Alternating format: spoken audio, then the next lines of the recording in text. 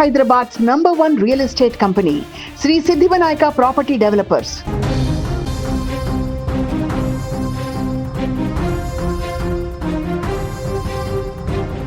క్షణికావేశం మనుషుల ప్రాణాలను ఎలా బలి తీసుకుంటుందో చెప్పడానికి టెక్నాలజీ పెరిగిన ఈ రోజుల్లో ఒక ఘోరమైన ఉదాహరణ వెలుగు చూసింది. వరంగల్ జిల్లా ఖాజీపేట రైల్వే స్టేషన్ పరిధిలో గుండెల్ని పిండేసే విషాదం జరిగింది. ఆస్తి గొడవలు ఒక నిండు ప్రాణాన్ని బలి తీసుకున్నాయి.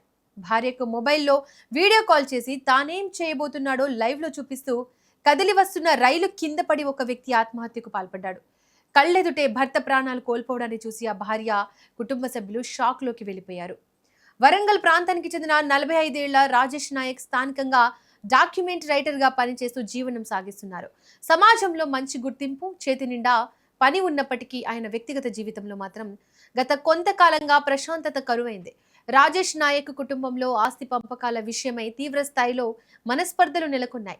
గత కొన్ని నెలలుగా ఆస్తి తగాదాలు నడుస్తుండటంతో కుటుంబ సభ్యుల మధ్య ఈ వ్యవహారం అస్సలు సద్దుమణగలేదు. దీంతో ఇంట్లో తరచూ గొడవలు జరుగుతుండేవి.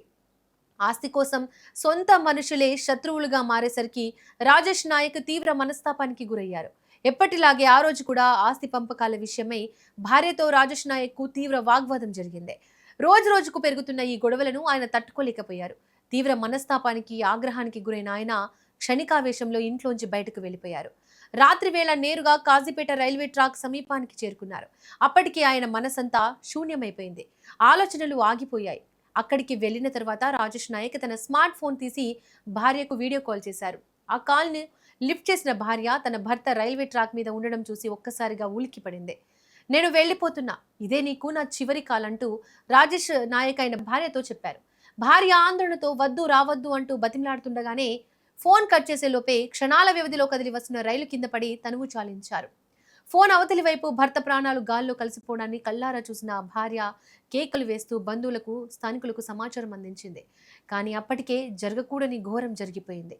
సమాచారం అందుకున్న రైల్వే రక్షక దళం మరియు స్థానిక పోలీసులు వెంటనే ఘటనా స్థలానికి చేరుకున్నారు. రైలు ఢీకొట్టడంతో తీవ్రంగా గాయపడి మృతి చెందిన రాజేష్ నాయక్ మృతదేహాన్ని స్వాధీనం చేసుకున్నారు. అనంతరం మృతదేహాన్ని పోస్టుమార్టం నిమిత్తం స్థానిక ప్రభుత్వ ఆసుపత్రికి తరలించారు.